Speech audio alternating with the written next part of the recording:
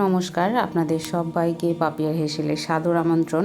আজকে একদম খুবই সহজ বিরিয়ানির রেসিপি, সহজভাবে খুব কম উপকরণ দিয়ে বিরিয়ানির টেস্টের মতনই টেস্ট নিয়ে আসবে।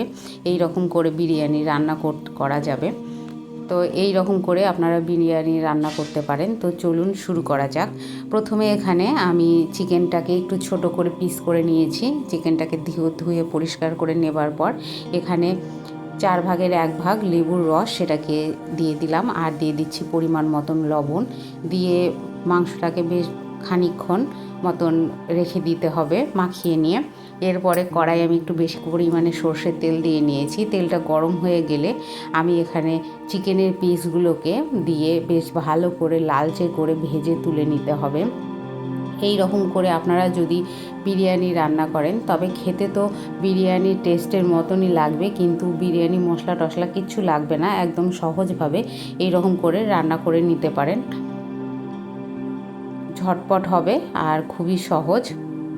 এইবারে চিকেনটাকে বেশ লালচে করে একটু একটু করে লো ফ্লেমে এটাকে হতে দেব। এই যে দেখুন কালারটা কত সুন্দর এসছে। এবার আমি চিকেনের পিসগুলোকে তুলে নিচ্ছি।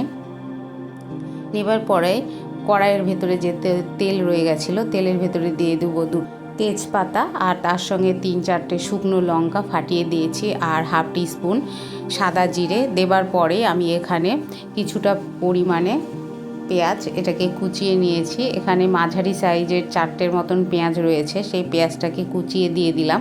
আর দিয়ে দেবো একটি মাঝারি সাইজের রসুন, সেটাকে থেতো করে নিয়েছি, সেটাকেও দিয়ে দিলাম।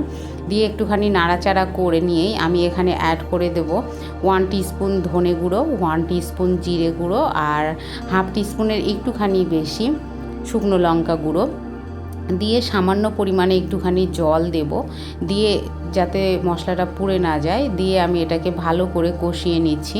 মশলা থেকে যখন তেলটা ছেড়ে আসবে ঠিক তখনই বুঝবেন যে মশলাটা কষানো হয়ে গেছে। আমি এখানে গোটা রান্নাটাই গুঁড়ো মশলাই করছি, আপনারা চাইলে বাটা মশলাও করতে পারেন।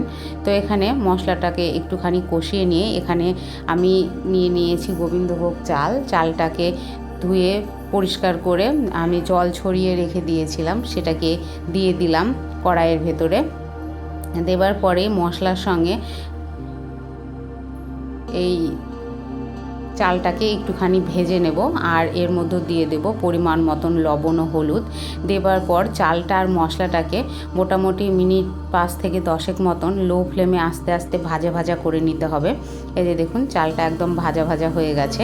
এই মুহূর্তে আমি এর মধ্যে দিয়ে দেব জল। এখানে 2 কাপ মতন চাল নিয়েছি, এখানে 4 কাপ জল নেব।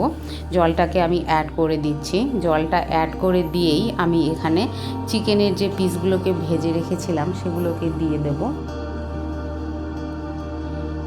এর মধ্যে চিকেনের পিসগুলোকে দিয়ে দিচ্ছি। দিয়ে লো ফ্লেমে ঢাকনা চাপা দিয়ে আস্তে আস্তে এটাকে হতে দেব।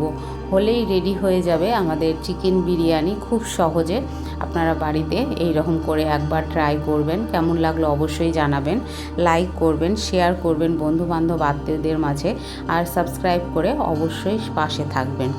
আর নামানোর আগে আমি এখানে গরম মশলা গুঁড়ো আর চিকেন মশলা এটাকে দিয়ে দিলাম। দিয়ে একটুখানি নাড়াচাড়া করে ঢাকনা চাপা দিয়ে স্ট্যান্ডিং টাইম দিলেই রেডি হয়ে যাবে চিকেন বিরিয়ানি। এই যে দেখুন এটাকে একটুখানি নেড়ে দিচ্ছি। নেড়ে দেওয়ার পর ঢাকনা চাপা দিয়ে রেখে দেবো। সম্পূর্ণ ভিডিও দেখার জন্য ধন্যবাদ।